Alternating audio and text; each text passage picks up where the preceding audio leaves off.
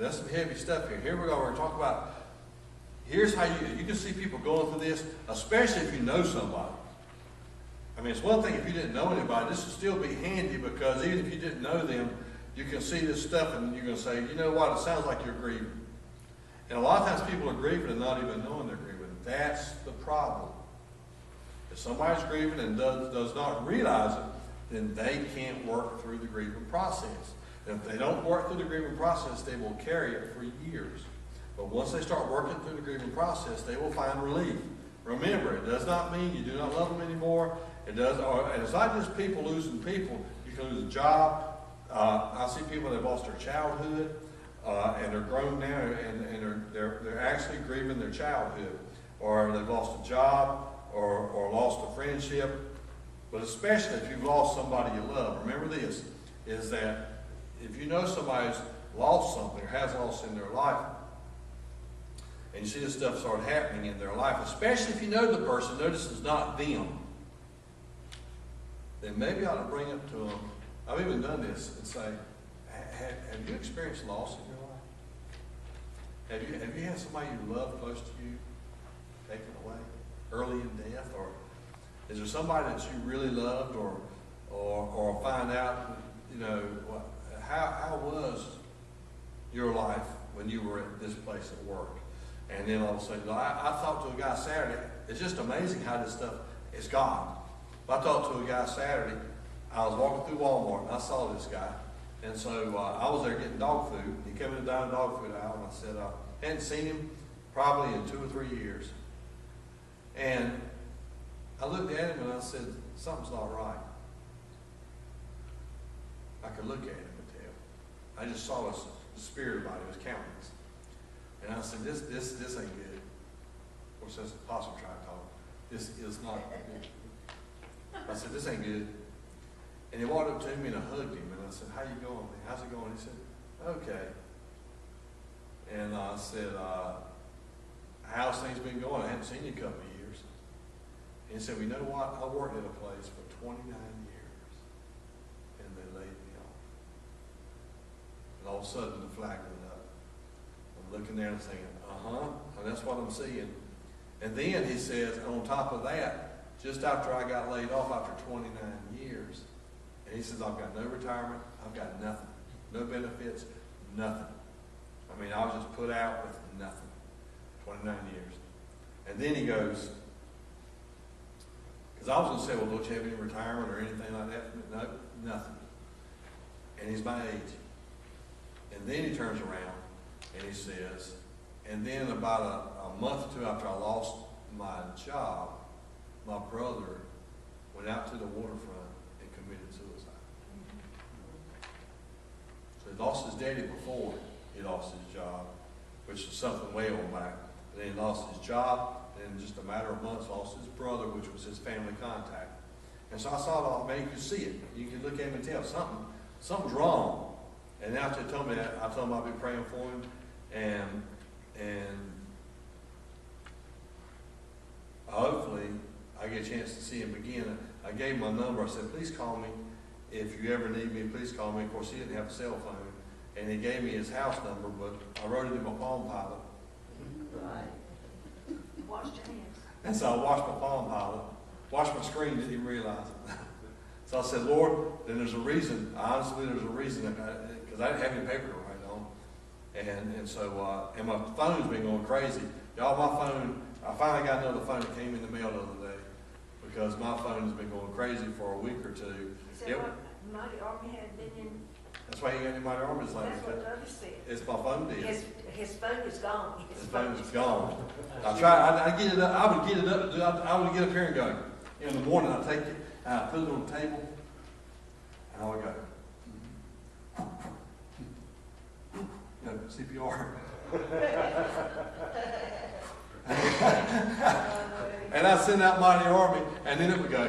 And so I would take it, and I'd have to pull the battery out. I took it, and those guys worked on it, and worked on it, and worked on it, and finally, I got a call today from iFix, and I know what they're telling me. They've got another party, and I'm sorry, I had to get another one. I couldn't keep waiting. It was just...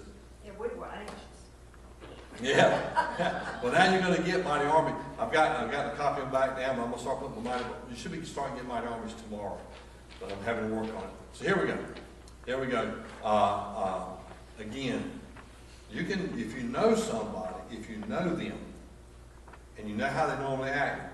Now, if you know a person that always looks like a mule eating briars, you can't really tell if they've got a problem. You know, unless they've won something, then you can tell if they're not or smiling. But if you know somebody's usually full of life and now they're not, or looking kind of down, you know, take the initiative. Don't go up and say, well, I got a feeling you got a problem. I'm here to help. No. Like Ronald Reagan said, the most fierce words he's ever heard was, I'm from the government and I'm here to help. That's right. But if you see somebody and you know they're not looking like themselves, they're not out themselves, their countenance is different, just if you can, if you know them well enough, you can do that. Say, is everything okay? You know, because you can see the burden on him. I saw the burden on this guy. All right, so here we go. And we used to work together. That's another reason I really knew how this guy was. Always outgoing, always outspoken, always running. You know. So here we go. Here's the effects. Remember, it said it touched your body, soul, and spirit. So here we go. Physical effects. Somebody that is grieving, I mean severely grieving, they're exhausted all the time. They're exhausted. Think about it. I mean, even if you sleep, you're still exhausted. You may can't even sleep anyway, but you're just exhausted. Secondly, headaches. You know what's so odd is when Buttons died, when Lynn and I got married, she brought Rex the big old lab, a 90-pound lab. Buttons was a 20-pound Cocker Spaniel mixed with Lhasa Apso. But Buttons run the house. Buttons was the alpha, okay? And Rex was the omega. And so, all the time, you know, and it took a while before Buttons would even let Rex go in another room. And Linda would say, you're not the boss of this house, Buttons, let Rex go in. And sometimes she'd even take Buttons and hold him so Rex could go, come on in here, Rex, it's okay, you can go in the kitchen. Well, when Buttons died, Rex just laid around. Exhaustion. They laid around bewildered and slept. And I'm talking about for months. It wasn't like a day or two. It was months. He didn't have any spunk. He just acted like he didn't even care. And finally, after a few months, he started coming back out of it. And that was 2 dogs. Can you imagine us? You know, such exhaustion, headaches. And if you're working with somebody, I'm going to tell you another grievous cycle people might not realize, and you'll see this in this other part, and that is after a divorce. The grievous cycle. We don't think about it, but it's true. A lot of times, it's usually one party wants a divorce and not the other. And even if both parties want a divorce, they still wind up going through a grievance cycle. And so again, you can watch it, you can see it, exhaustion, headaches, inability to sleep, indigestion, loss of appetite, stress-induced illnesses. So, you know, this little thing comes by to pick it up. Somebody's never been sick. All of a sudden they're sick all the time. Somebody never has, even somebody like me, I have allergies. But somebody that doesn't normally have problems with allergies, all of a sudden they got problems with allergies and stuff like that. Again, it's because stress in their life, the stress of that loss. Now, social effects. First, antisocial behavior. What would y'all consider antisocial behavior? Didn't want to mix with other people. That's a good one. What else? You got to remember, there's actually 2 types of antisocial behavior. Okay. Well, actually, there's 3. Okay. Some people lash out. There's 3 types of antisocial behavior. There's aggressive, there's passive, and there's passive aggressive. The most dangerous, hard for me to deal with, is the passive aggressive. Okay, it's just hard for me to deal with that one because it's almost like a sarcasm. You know, at least the passive, they're at least away and not doing a whole lot. The person that's aggressive, they'll come at you. And you'll think it's you. They're not attacking you, they're hurting. And that's the only way they know to get it out. But then the passive aggressive person will go, you say, what's wrong with you? Nothing.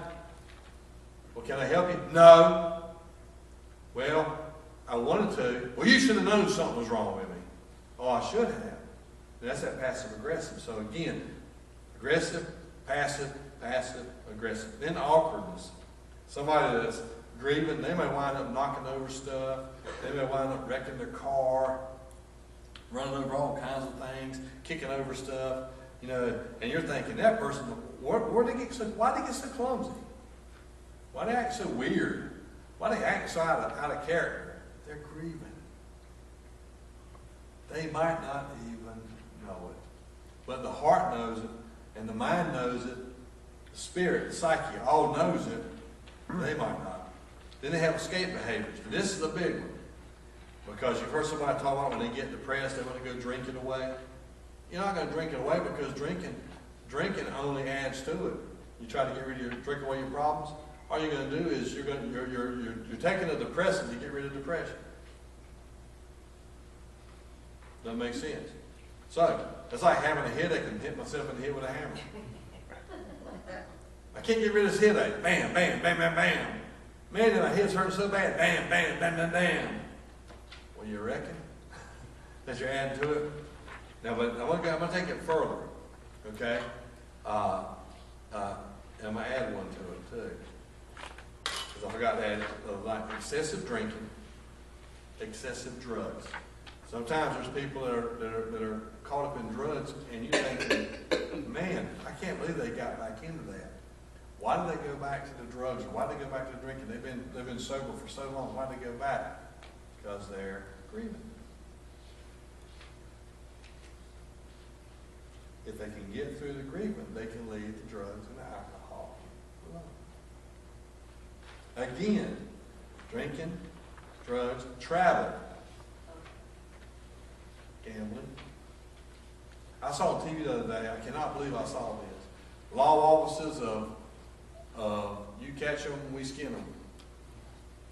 Says, if you've taken a certain kind of drug and you develop a gambling problem, you may have a lawsuit. And I said, I can see me going to court, and the judge said, that's a gamble bringing it in. Gambling, sex. All of a sudden, somebody's going crazy. You think, they're going after everything they can get off. You know, they're just chasing the women or chasing the guys. You're going, that's not the way they act. And there's a lot of people you think they're being, either they're being excessive in the drinking, drugs, gambling, and or sex, like maybe a sex fiend, so to speak. You're going, what is wrong with them? And you're thinking they've got some kind of something, chemical imbalance in their mind, and what's going on is they're grieving.